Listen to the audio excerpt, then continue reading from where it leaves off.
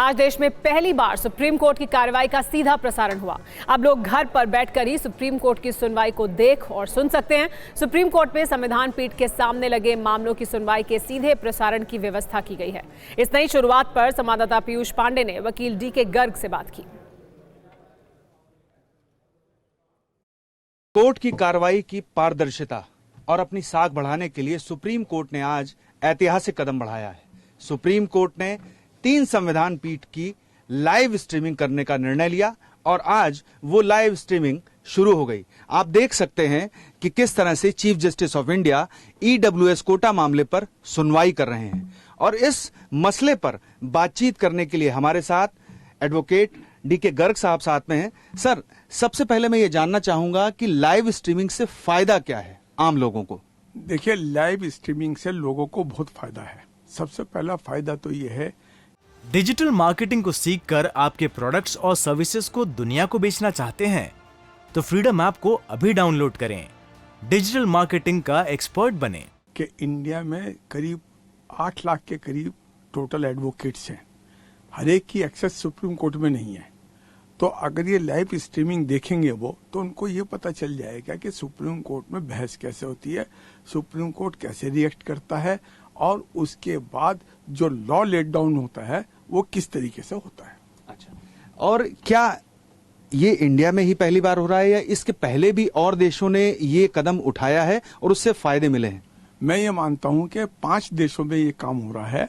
उसमें यूके और दूसरे कंट्रीज हैं जिनमें ये लाइव स्ट्रीमिंग हो रही है। अच्छा, तो जब लाइव स्ट्रीमिंग होती है तो क्या उसे रिकॉर्ड किया जा सकता है और उसे सार्वजनिक रिकॉर्ड करने के बाद भी सार्वजनिक कर सकते हैं?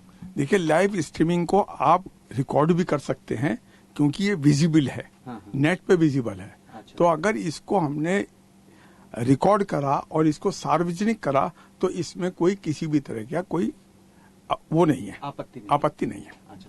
एक और अहम सवाल उठता है कि किस तरीके के मामले लाइव स्ट्रीमिंग किए जा सकते हैं, क्योंकि बहुत सारे ऐसे मामले हैं जैसे रेप का मामला हो गया, बच्चों से जुड़े मामले हो गए, तो किस तरीके के मामले हैं जो लाइव स्ट्रीमिंग में नहीं आ सकते? देखिए, जो पर्सनल केसेज हैं, जैसे डाइवोर्स के हैं, बच्चों की कस्टडी का है, रेप के हैं, ये ऐसे केसेस हैं जिनको आप लाइव स्ट्रीमिंग नहीं कर सकते क्योंकि ये आम जनता से रिलेटेड मैटर है और पर्सनल केसेस हैं। तो उनको जो है अगर आप पूरे इंडिया में दिखाएंगे तो जो आदमी यहाँ हैं जिनके केस चल रहे हैं उनको बड़ी दिक्कत होगी। अच्छा, इस बारे में क्या सुप्रीम कोर्ट ऑफ इंडिया के प्रशासन की ओर से वकीलों से कोई बात की गई थी कि लाइव स्ट्रीमिंग की जाएगी? क्या इस बारे में बेंच से कोई बात की गई थी, बार से? देखिए, कोर्ट ने खुद डिसीजन लिया है। ये जो नए चीफ जस्टिस हैं उन्होंने ये डिसीजन लिया है और उन्होंने भी सिर्फ ये कॉन्स्टिट्यूशनल मैटर्स जो हैं उनके बारे में लाइव स्ट्रीमिंग की बात की है।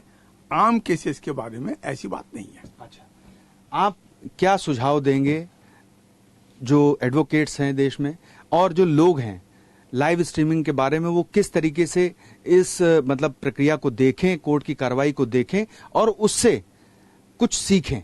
मैं ये मानता हूं कि आम आदमी भी अगर इसे लाइव स्ट्रीमिंग को देखेंगे और दूसरे एडवोकेट्स जो और दूर दराज एरिया में प्रैक्टिस करते हैं वो भी इसको देखेंगे तो उनकी नॉलेज भी बढ़ेगी और उसके साथ साथ उनको ये भी मालूम चल जाएगा कि सुप्रीम कोर्ट का फंक्शन कैसे होता है।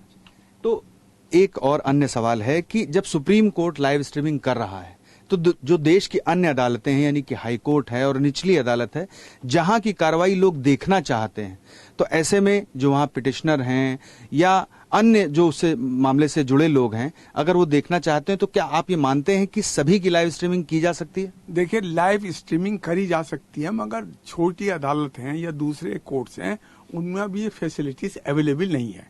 तो उनको ये फैसिलिटीज अगर अवेलेबल कराई गई तो उसके बाद ये हो सकता है कि बहुत से लिटिगेंट्स हैं जो कोर्ट में बैठ जाते हैं आकर के, उनको कोर्ट में आने की जरूरत ही नहीं पड़ेगी। वो लाइव स्ट्रीमिंग्स में अपना केस देख लेंगे कि कैसे हो रहा है और क्या निर्णय हुआ है। जैसे जेल में जो बेसिकली विचाराधीन कैदी हैं, उनकी पेशी भी लाइव स्ट्रीमिंग के जरिए हो सकती है ऐसी स्थिति में? मैं ये मानता हूं कि अगर जेल में कैदी हैं, विचाराधीन है वो, तो उनके लिए लाइव स्ट्रीमिंग सबसे अच्छी चीज है। उनको बार बार जेल से बाहर नहीं आना पड़ने का या ले जाना नहीं पड़ने का। नंबर 2 बात यह है कि सिक्योरिटी का भी उसमें जो एक मसला होता है वो भी खत्म हो जाएगा। डिजिटल मार्केटिंग को सीखकर आपके प्रोडक्ट्स और सर्विसेज को दुनिया को बेचना चाहते हैं तो फ्रीडम ऐप को अभी डाउनलोड करें। डिजिटल मार्केटिंग का एक्सपर्ट बनें।